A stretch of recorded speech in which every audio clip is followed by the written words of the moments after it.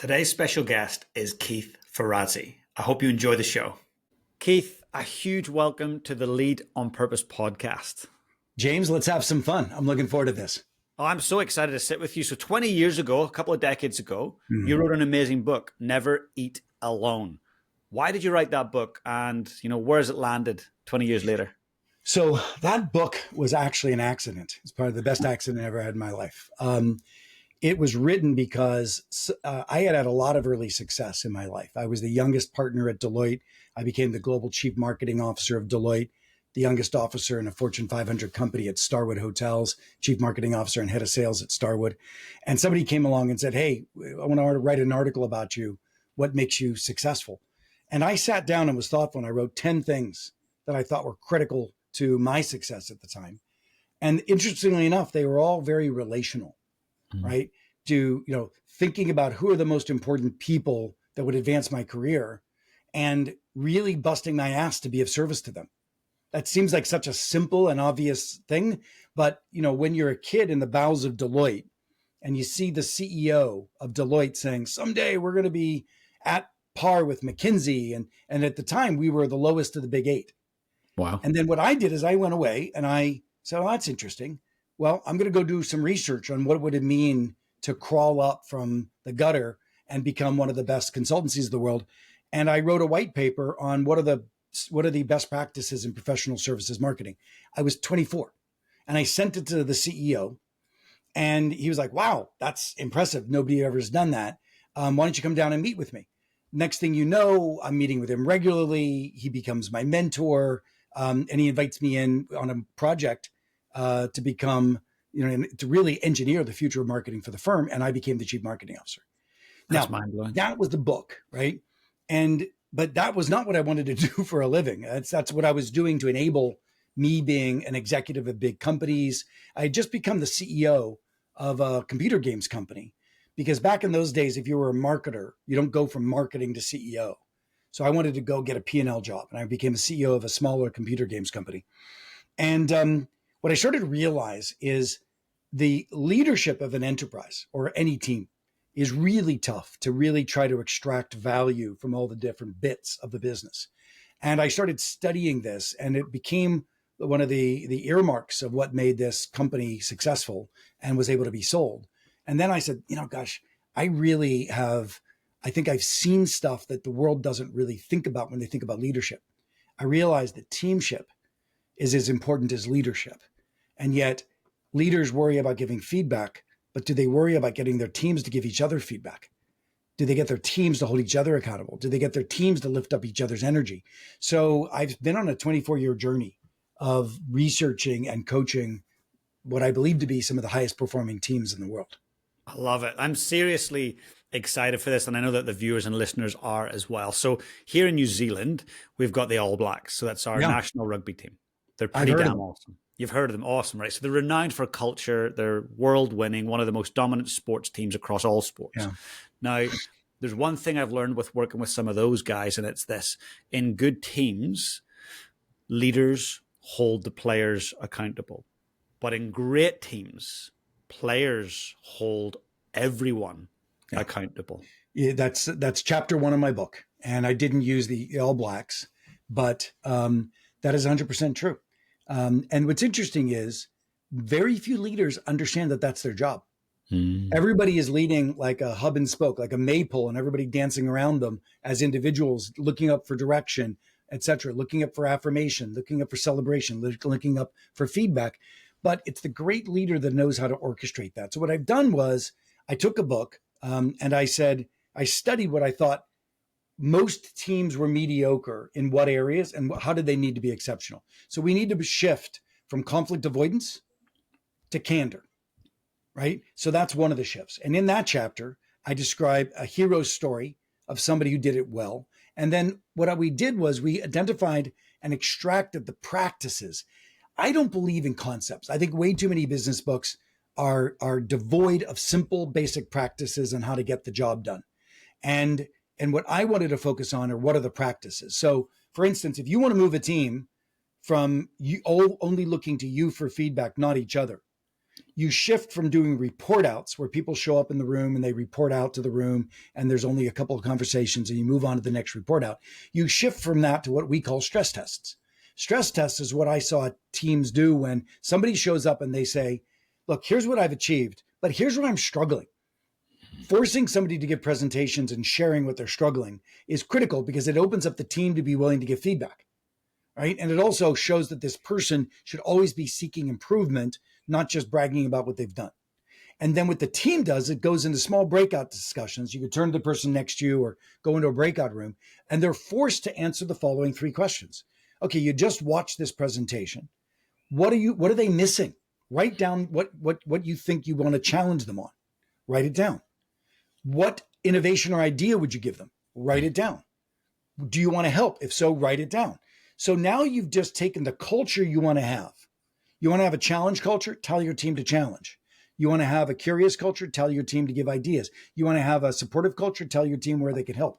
And you basically turned the culture you want to have into an assignment. That's one simple practice in the book in chapter 3, that if you start doing stress testing regularly, the average team on a scale of 0 to 5 is at 1.9 relative to its level of candor. Wow.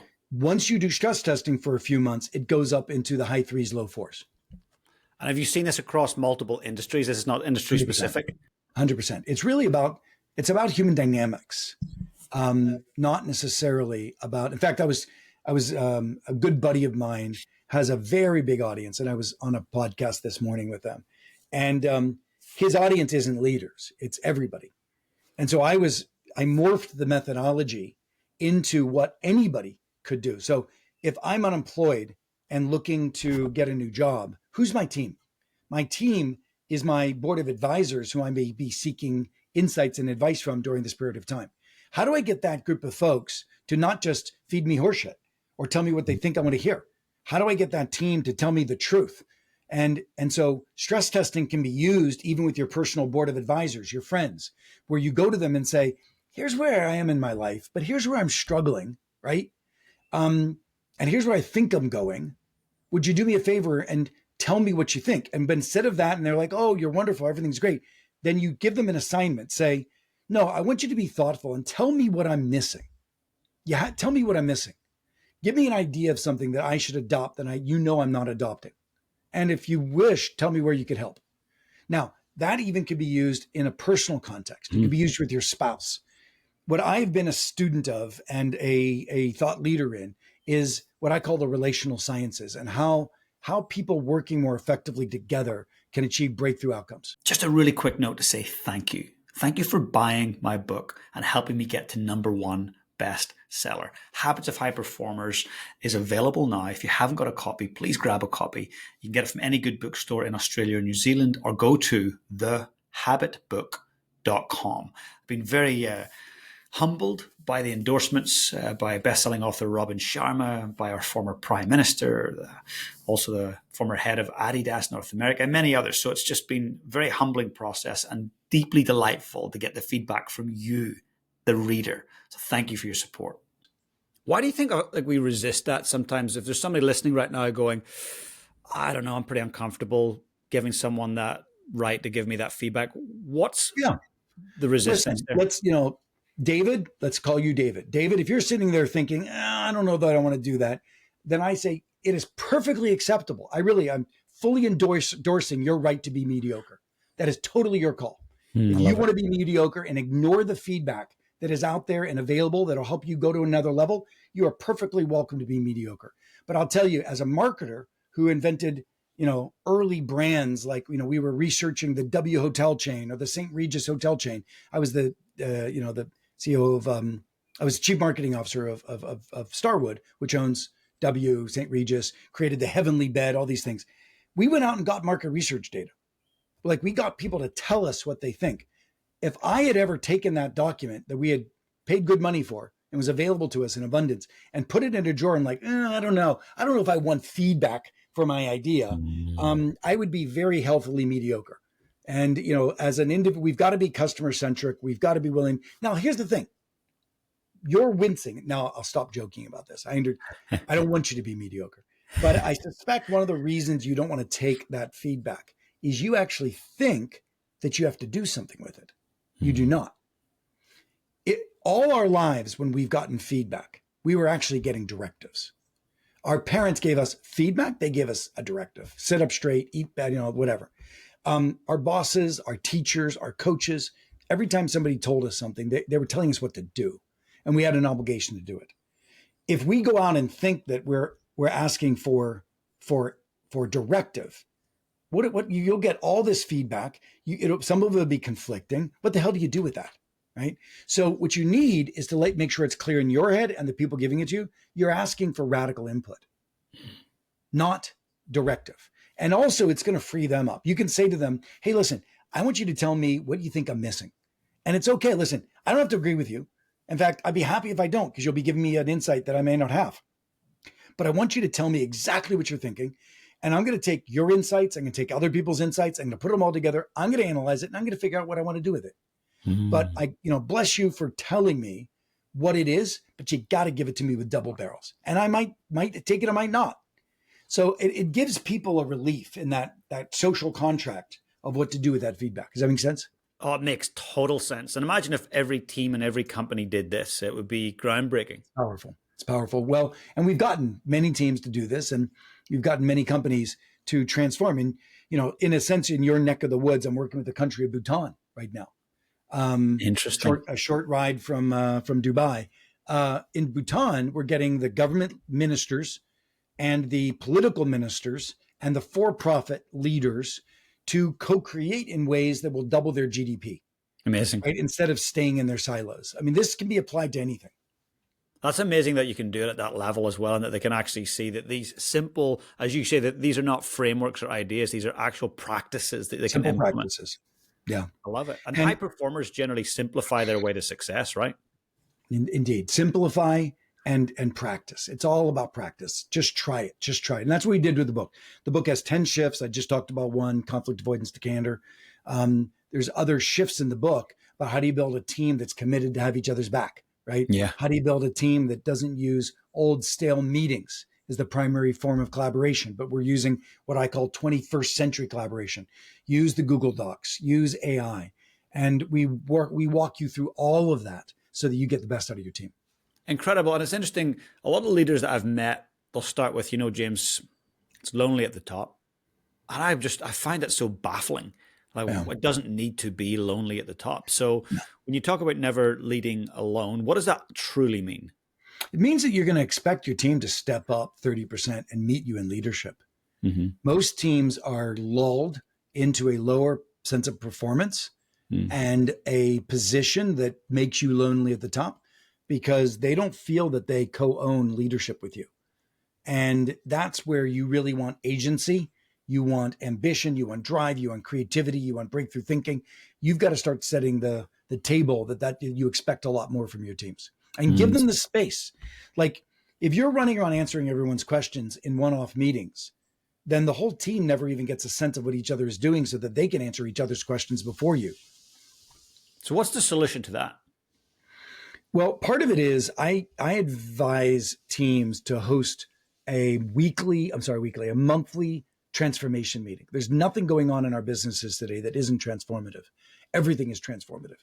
And so what I want teams to do is I want teams to host these monthly transformation meetings. They can be as short as a couple of hours. They could be a half a day. They could be a full day. But the intention of that is putting things on the agenda that, like asking critical questions. Like chapter 6 has a whole list of these questions. One of them is, what are the conversations we should be having in the room that we're not having today? Mm-hmm. You're going to get a whole lineup of items that should be on the team agenda that's not there.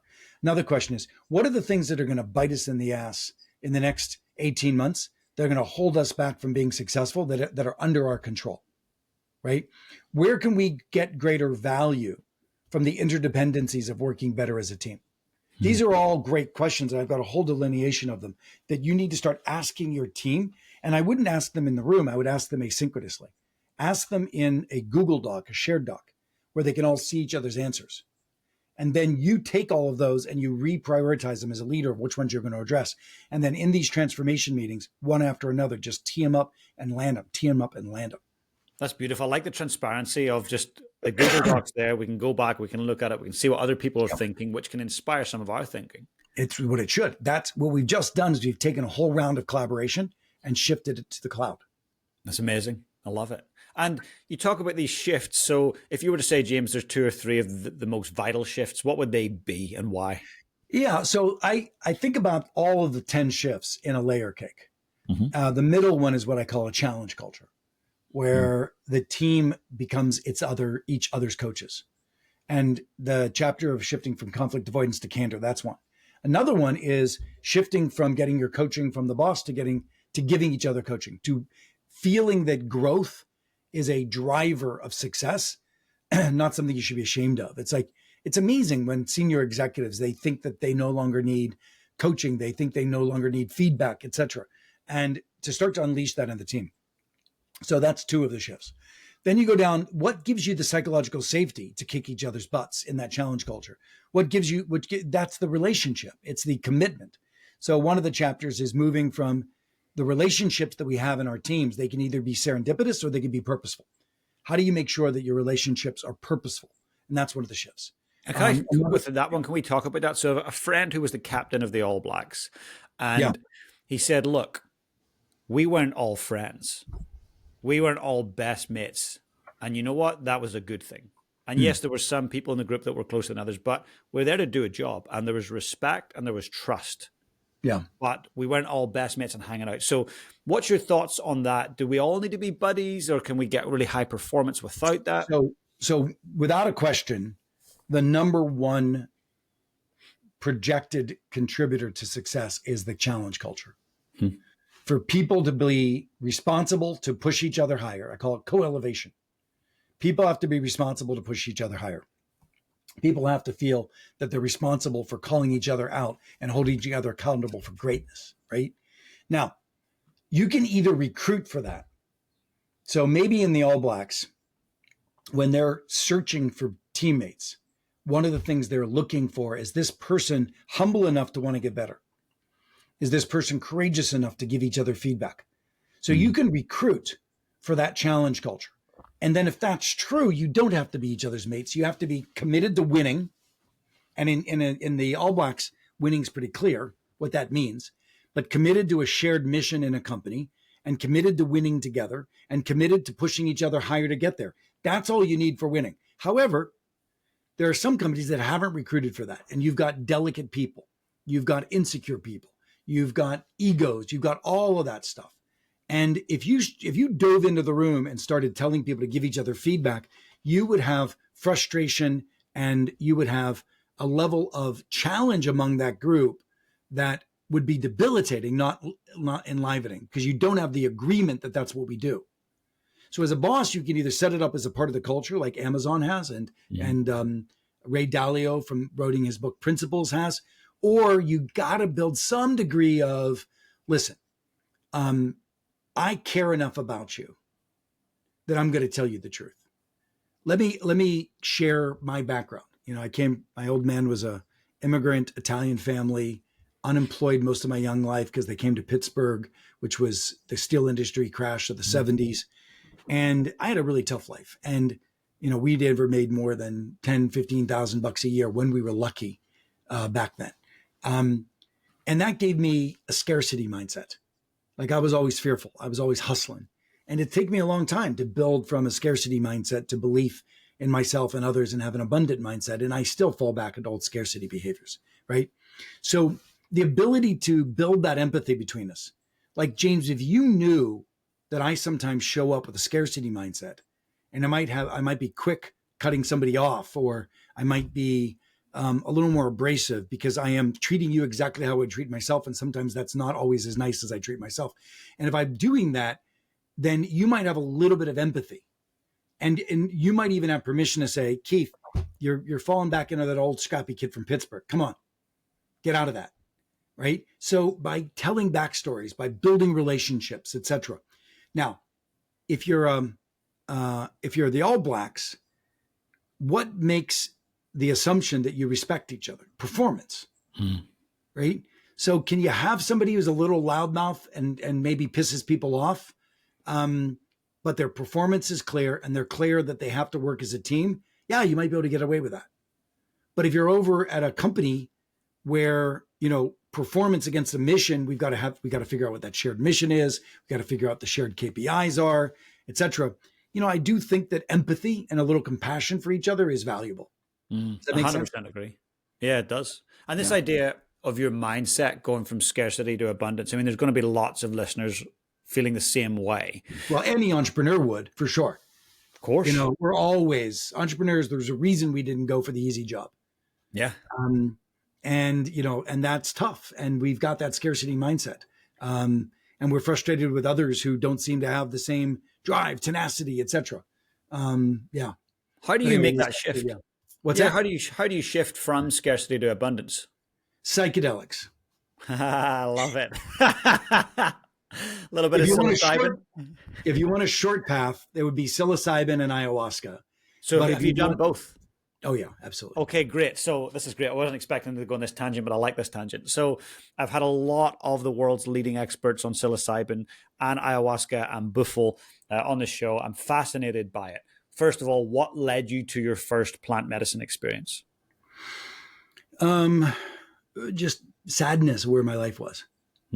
I was succeeding in many parts of my life, but I wasn't the father or the husband I wanted to be. How do you recognize that? I got caught cheating, and I realized this is not the human I wanted to be, and I wasn't a man who was congruent with how I show up in terms of what I want to do for other people's lives in the workplace. Like, I'm not Dr. Phil, right? So I'm not trying to make I'm not making better marriages, et cetera. Although ironically, you practice this work in the workplace, it's amazing how much you can change your home life by learning how to show up with transparency and with empathy and with co-elevation. This idea of co-elevation came to me in an ayahuasca journey, actually. The idea that a group of people could come together, whether it's spouses or a team or a sports team, could come together with a shared mission and a belief that we have to push each other higher at the same time. And so the word came co-elevation to me, collaborating and elevating together. And so, yes, I mean, for me, it was a very personal journey. But what I found was as I did the work with a guided shaman, I found that my perception and understanding of my leadership also changed. Interesting. So I did it because I wanted on a very personal basis to be a better man and a better spouse. But I also wanted what I found was that it made me question so much of myself in many other ways. It's like almost the plant itself, the medicine. It's a coach. It's a coach of sorts that kind of comes in and counsels and challenges and questions. I mean, I'm not I tend to be woo-woo-ish. I mean, but not totally woo-woo. But I do believe that those journeys unlock the wisdom of the universe and what you need. But here's the point. I think God created us as amazing creatures. And I think we have the wisdom in ourselves. Yeah. We have everything we need in ourselves. And that all of the contortions of how we've grown up and our assumptions and our scarcity, all of that stuff blocks it, right? You just take a look at a little child and see how much all that beauty and light is in that child. All the happiness you'd ever want in your life is in that child until we start fucking with it. Yeah. Right. And what the plant medicine does is it just unlocks all of that. And it unlocks all of those blockages, and it allows you to reincarnate to yourself without some of those old contortions that created some of the things that we might do today out of fear, out of scarcity, out of wanting to be loved, etc. I love it. It's interesting because I'm meeting more and more very successful corporate people who are going in and trying psilocybin and then ayahuasca, and they're having the most profound experiences. It's something I haven't done yet, but I'm gaining a lot of knowledge on and thinking about. And when the time is right, I'm sure that I'll step into that. But I just love that you've done it and that you've had that kind of transformation. Yeah. Yeah. And look, it's a controversial topic, less and less controversial. More science is behind it now, and more senior people are behind it now, more leaders and thought leaders. So I feel less alone, but I've been talking about this for a decade and over that. And I've been putting myself out there willing to share this in audiences that might be prejudicial against it. Oh, that's drugs. No, it's medicine. It really is. You don't mind if somebody takes a pill of an SSRI to modulate their emotions. That seems acceptable. but now we're just talking about a plant-based medicine that was grown and used for thousands of years by indigenous people to bring healing to entire tribes. And we call that drugs. I mean, that's crazy. It is. I agree. I love that you challenge it. It's brilliant. So when we think, I want to go back to teams for a second. When we think about a low performing team versus a high performing team, you've studied literally thousands of businesses and teams. Yeah. What do you think separates low performance from high performance? What I said earlier, a challenge culture, 100%. Okay. So we need that. Willing to put it all on the table. No meeting after a meeting, no private DMing, everything on the table, in the room, and ideally a round of collaboration. So that's the first piece. The second piece is not using meetings as the fallback of all of our collaborations. So like, there's a guy, Gil West, who was the chief operating officer of United Airlines. And he went to work for one of these young, hard driving unicorn companies. And he walks in and he's like, I see a problem over here. Let's have a meeting on it. And the Stanford kids looked at him and said, Gil, how do we have a meeting on that? We haven't collaborated yet. So Gil's idea was, let's throw you in a meeting and let's start talking. Let's collaborate. Which I know for a fact, the average meeting of 12 people, 4 people think they're heard. Yeah. So if we have a meeting, we're then going to have a meeting after meeting. We're going to have private DMing. If on the other hand, you had a meeting, you had an issue, what if we sent a spreadsheet out to everybody? This is chapter 6, which is adoption of 21st century collaboration. So moving the shift from meetings to 21st century collaboration. And if we were to say to a group of folks, we're falling behind in the quarter, what do you think the real problem is? And have everybody write the answer to that question. And next to it, you ask them, what bold solution do you think we could use to break through? All 12 people would write it up in advance, read each other's. Now we can frankly, a lot of the answers will be obvious now. But let's show up in the meeting and we can land the plane, one meeting. That's half the time, probably. It's amazing. One meeting. That's amazing. It takes me back. You mentioned Ray Dalio earlier. I remember him talking about the idea meritocracy, where like everyone does have a voice. They've all got ideas, but then there will be some kind of meritocracy where we actually vote on it, talk about it, and things will become abundantly obvious what the right solutions are. It sounds in some ways that it's informed by the group as opposed to by the leader. Yeah. Well, and not just the leader or the group, it could be the network of people needed to get the job done. So most problems can't be solved effectively within the team that has control of the problem. Mm-hmm. If you have a sales deficit, it's not just the sales reps that have the ability to solve the problem. It'd be sales support, it'd be product development, marketing, etc. So the ability to use asynchronous collaboration to make sure all of those voices are heard. I guarantee you the marketing people have a sense of why we're falling behind in sales, because they believe they're creating assets that aren't being used effectively by the sales organization. Yeah. Sales support or even customer experience are looking at it from a different angle, and they have a different vantage point of why we're falling behind. We need to get all that on the table. And if you only try to solve a problem within the confines of who you can control, your team that reports to you, you're going to be very suboptimal. And so this new forms of collaboration are the best way to go around that. Let's chat about something very specific. I was doing a keynote on Monday for an American-based company who've got locations all over the world. So their New Zealand location, I was chatting with their staff, and I discovered very quickly that they're a work-from-home company. And I mean fully work from home. There's no executives in any office in any part of the world. So 10,000 staff, all working from home. What are your thoughts on that and how we create co-elevation? Is it still possible without having the shoulder-to-shoulder stuff?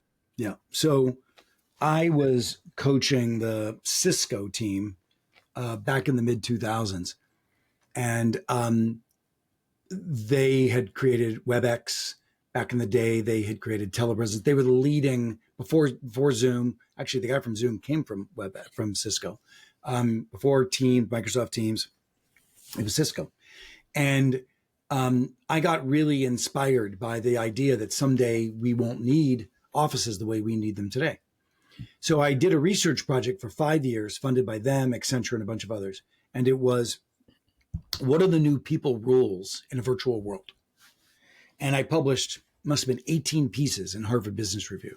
So if you're leading a virtual company, go into hbr.org, write my name in, and you'll find tons of advice. Like, how do you manage an employee that you don't see? How do you get Candour in a team that isn't, that it is remote, et cetera? All those questions. The answer is that when you're virtual, when you're remote, when you're not walking down a hallway, you need to be much more purposeful about everything. And that's why a lot of people during the pandemic felt that virtual didn't work, because they were practicing their same serendipitous workflows. They did the same stuff they used to do in a boardroom. They would do it in a Zoom room, and they weren't showing up deliberately with new ways of working that are geared toward virtual, like asynchronous collaboration, where you collaborate before you show up, where you use the breakout rooms. Like Zoom, the folks at Zoom tell me that nobody ever really uses the breakout rooms. I use them every single meeting because I want to hear everyone's voice. You send people to a breakout room of 3, have them talk about something, have them come back. Like I'll do this thing called a Candour break. In the middle of a meeting that's really important, I'll say to the team, let's do a Candour break. Push a button. Everybody goes into rooms of 2. And what they're doing is they're saying, what should be said in that room that's not being said? Mm-hmm. And they're discussing it. And then when we come back, everybody reports. And guess what? We hear all the Candour we should have heard. Amazing. Right? So virtual means purposeful. You can't be lazy and just do the way we used to work. That's amazing. I'm going to make sure that we put links into those HBR articles that you mentioned. Our team will get those and pop them in. Oh, there's tons. I mean, I would actually look at some of my more recent stuff. There's a great piece I did in Fortune magazine about how culture change isn't difficult. We just have to change our practices. So it's all focused on this thing called stress testing that I just mentioned. I'll pop it all in there. And before we go on, and we've got about 10 minutes or so before we've got to wrap up, but I want everyone who's listening to go to the show notes right now and get a copy of your book, Never Lead Alone. It's in the show notes. Please do that, and get a couple of copies for others around you that are also leading and part of teams. But I want to talk about AI. So I'm meeting with some great humans. By the way, this is something that we did during the pandemic when the book was launched, right after it. Anybody who bought the book for their whole team, I created a whole set of videos around how to use the book. And Amazing. Then if you bought it, I forget, it was like $900 or something. But if you bought it for the book for your team, we gave it for free. I think if you go to buy the book, go to our website at keithferrazzi.com. And I think those videos are still available. You could just ask for them. I'm happy to give them to your audience, James. Amazing. Thank you, Keith. That's huge value add. I deeply appreciate it. And for those that want to go deep, some people like courses as opposed to books or audio. Have you got anything on that front that's available? Yeah. So, I'm an old man. And I've been around this business of research and writing since my first book, Never Get Alone. So let me just take you through, and I'm going to tell you this because I just created a course, and the course is called Beyond Connections. And the intention of this course is to really give you a sampling of putting all of my books into action in an 8-week course. Incredible. And you do it with a community of people. We've got people from Australia and New Zealand in it. And what's interesting is at the end of that 8 weeks, everybody who was in the course is invited to my home in LA for graduation.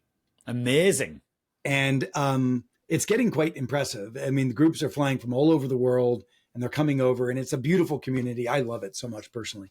But anyway, so Never Get Alone teaches you that relationships are core to your success. How do I reach out to people? How do I build people, connections? How do I lead with generosity, Keith? You say that it's important to lead with generosity. Well, what if I don't think I have anything to offer? You do. And it teaches all of those things and how to be purposeful. Then I wrote a book called Who's Got Your Back, where it really talks about how do you create a group of people around you that won't let you fail. That's different than a network. And I studied things like AA groups, et cetera. Like, how do you take a group of people who become committed to not let each other fail and bring candor and accountability to each other, right? And then I wrote a book called Leading Without Authority. How do you work in the world and become a leader of people that you don't have to pay? It's like, how do you create movements? How do you create community? How do you enlist followership all of that. Leading Without Authority was another book. And then I wrote a book about how technology is changing our life, competing in the new world of work. And then now this one. So I bundled all of that history of 25 years of work and research and practices and coaching, and I put it into this 8-week course called Beyond Connections. So if anybody wants to join, maybe I'll see you someday at graduation in my house. I would love it, Keith. I think I'm going to join, and hopefully many of my listeners will join. We'll come and see you. That'd be fun. I'd love to have you. Oh, it sounds incredible. It's amazing. Thank you for putting it together. Yeah, now, thank you. AI, I'm fanatic about learning about it. I'm on the journey. I'm curious. I'm meeting with people that are at the forefront of it. You are doing exactly the same thing. What's your thoughts around how we embrace it and use it to help us become better teams? This is a piece I just wrote in Forbes. And first of all, I think we have to recognize that I was on the phone yesterday to a name that you know, everybody knows, and they're one of the leaders in AI in the world. And we both absolutely would agree that 50% of white collar jobs are going to disappear. Yep. In the next 5 years plus. Makes sense. And so how do you deal with that? How do you be not a part of the 50% that's losing their jobs? There's another whole conversation we can have about what governments need to do when that happens, and how do we create safety nets, which America is not good at. Certainly the European cultures and Asian cultures are better. But the answer in the short term is you need to do exactly what James and I are doing. In your role, ask yourself, how can I crack the code of what's unknown right now? And if what's unknown, if you're some call center worker and you're like, how in the world is AI, instead of saying, is AI going to take my job? Say it differently. How is AI going to transform the customer experience through call centers? First question was, how can I as a call center rep use AI to maximize my effectiveness? The next question is, how will AI take my job? But more importantly, how can I help the company engineer how AI could replace my job by leveling up and saying, how do we re-engineer workflows with AI, right? Now, if you do that, where do you think the company is going to put you next? You think they're just going to boot you? Or they're going to say, holy shit, this is somebody who understands how to be curious, how to create communities of learning, how to crack the code of critical issues. Why don't you go over here in supply chain and think about that? Why don't you go over here? And so the future of survival in this AI world is your ability to be richly curious and the ability to build communities of information and knowledge and learning and people who can crack the code of those questions. And so that's what I would do. That's my advice. And that was this book, this article I wrote in Forbes. And it actually tells an old joke. You know, the joke about a bear comes out of the woods and two campers are sitting there. And one camper's like, holy shit, it's a bear, and starts running. And the other guy takes his boots off and puts on his tennis shoes. And the guy's screaming at him. It's like, dude, run. What are you doing? You can't outrun a bear. And the guy looks over and goes, I apologize. I don't have to outrun the bear. I just have to outrun you. That's outstanding. And that's a perfect example. That's where we are with AI right now. Yeah. You can sit there and be a victim and wait for AI to take your job, or you could be out ahead of everybody and co-creating the future of the role that you serve with AI, and you'll preserve your job. That's incredible. You heard it here first, folks. That's just amazing. And Keith, I want to ask you just one last question before we do wrap up. I like to ask this of everyone. And I must say, I could have you on another 10 times and talk about every single one of your books. You're a fascinating human. And I hope we do get a chance to sit down in person. Yeah, me too. Over in the West Coast or down here if you come down. Yeah. So if I come down for a speaking engagement, we should pull a group together. Let's do it. My mastermind group would be all over it. They would love it. So we could make that happen. Now, if you and I were to just pretend for a moment that we're going to fast forward many years into the future, and you're highly aware that it's your last day here on Earth, someone who's very young, who you love dearly, comes into the room and they say, Keith, how do I lead my life on purpose? What would you say to them? So just to understand the question, we've gone into the future. I'm about to pass out of the world. Yep. And somebody at that time who's young, or somebody from my past who's young? Yes, someone at that time who's young, could be a great-great-grandchild or whatever it might be. I don't think I'd have a different piece of advice than I would now. And, I think I am discovering it's really a couple of things. Number one, I would say stay richly curious and realize you don't have the answers and you never will. Your ability to create small groups of people who care about answering important questions together and to build a commitment among that group. Your superpower will be to build a small group of folks equally committed to the question you're trying to solve and doing it together with intimacy, with generosity, with candor, with accountability. What I'm really saying is that's the way you be a great father, right? You need to co-create with your spouse. You need to co-create with your kids' coaches, etc. It's the way you run a great team. That's the way you build a movement of social movement or social change. The reality of being deeply curious, proactive, and being able to build that posse that can be truly transformative. That's the answer. That's powerful. Thank you for sharing that. I know that there's many people that heard that right now going, that's exactly what I needed to hear. So Keith, I just want to say a heartfelt thank you. I'm going to put in the show notes all of your socials, your website, everything we've chatted about, the course, the book. So I just want to say a huge thanks. What a pleasure, James. I look forward to breaking bread with you sometime. I look forward to it. All the very best. Cheers.